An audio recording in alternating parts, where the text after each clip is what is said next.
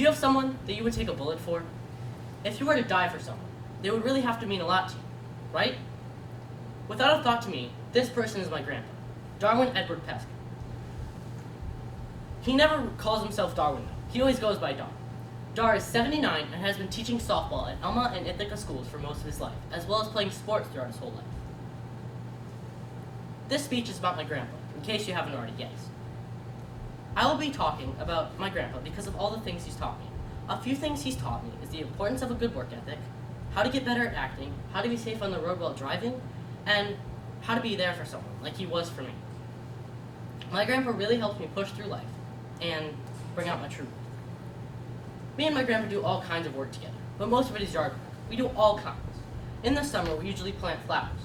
He has tons of pots around his property, so he goes to tons of stores and buys tons of flowers.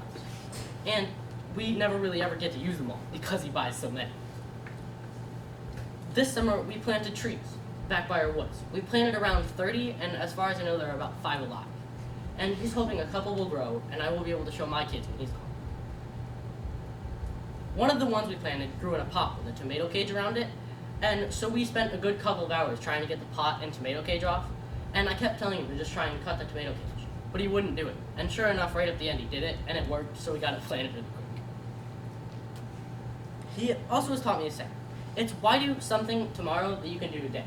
And he always uses it against me whenever I say, I don't want to do this today, let's just do it tomorrow. I try to live by it, but I slack off sometimes, so it's really hard. Although my grandpa helps me work around his yard a lot, he helps me a lot more when it comes to feeding. My grandpa comes to all of my shows. He's only ever missed one because he was in Florida. He always gives me tips after my shows, like be louder or use better diction. He's always the first person I want to talk to. Like this one time, after Rockin' Robin Hood, which was 2 years ago in my summer youth workshop. It was while my voice was changing, and I was the lead, so I had a lot of solos. And after it, he would always tell me not to strain my voice, not to push it, that way it wouldn't voice crack as much as it would. And especially during that time, it was really, really comforting to know he was there, just to be out in the audience. It was just nice to have him. And he always mentions a yodel solo. And he talks about yodeling a lot, so when he mentions this yodel solo, it's kind of an inside joke between us, and I will never get that yodel solo.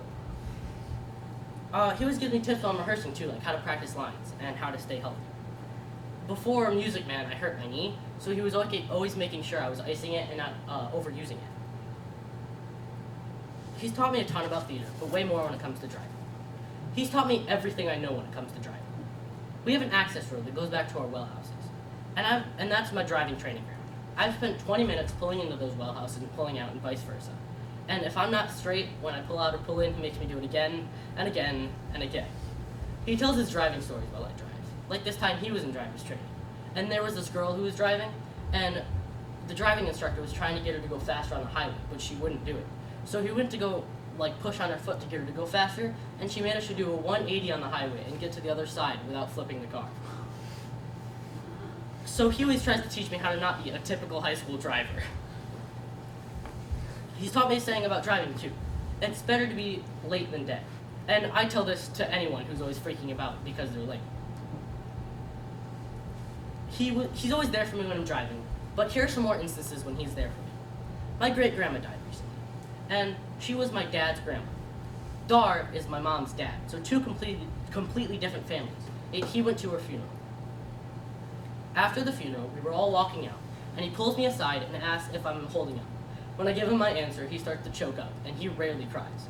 So he left soon after that, so I didn't see him cry, but I could tell he was crying when he walked to his car. He also always picks me up after school. If you've ever seen the white van by the sidewalk outside of C-section, that's him. Although it's more brown because it's always dirty. If he is doing something that day when he's supposed to pick me up, he will do his best to reschedule it and be able to pick me up.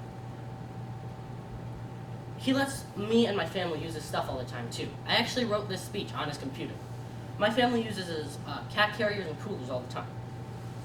With everything my grandpa has taught me, it really shows me how to push through life. I talked about the yard work my grandpa and I do, like planting trees or flowers, and how to really have a good work ethic. I also talked about theater and how much my grandpa has really helped me, and never fails to mention the yodel solo that I won't get. I also mentioned all the driving I've done with him on the access road, and how much it really means to me. I also expressed sometimes he was there for me.